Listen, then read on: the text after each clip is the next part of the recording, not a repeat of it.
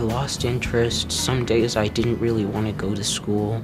I was very bored. I probably slept through most of my classes, and I still made, basically hundreds in each of my classes every semester. And so, yeah, I slept through classes and didn't learn anything.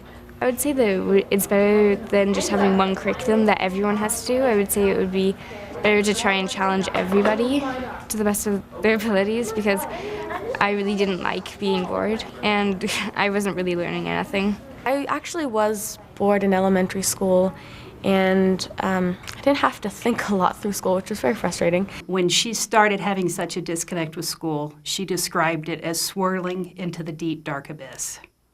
And those were her words exactly. For Katie, as she completely shuts down and loses interest and begins to feel more and more isolated. What if a child, every child went to school and they came home frustrated, because they were being asked to do things that they had done 3 or 4 or 5 years ago. What's the problem with that? Well, you get people who are depressed and they just turn off.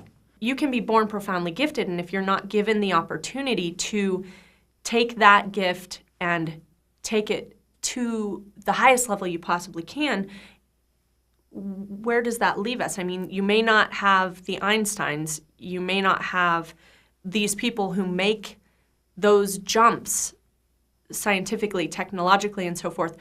It's like having a world-class athlete and saying, no, you don't get to run as fast as you can. How about if you can do a little walk back and forth? I mean, there's all this talent sitting there, and they know that it's not being used, it's not being exercised.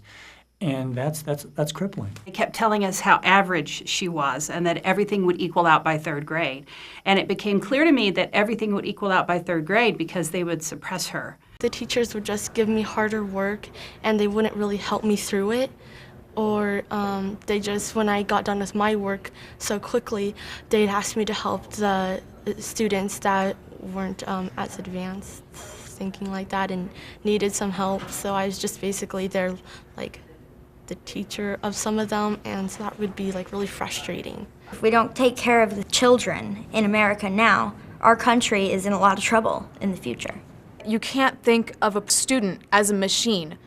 You can't manufacture people to do the same thing by using the same process. As Tristan got into high school, it was clear that he wasn't being challenged by the classes, and he was getting by with the minimum amount he could do.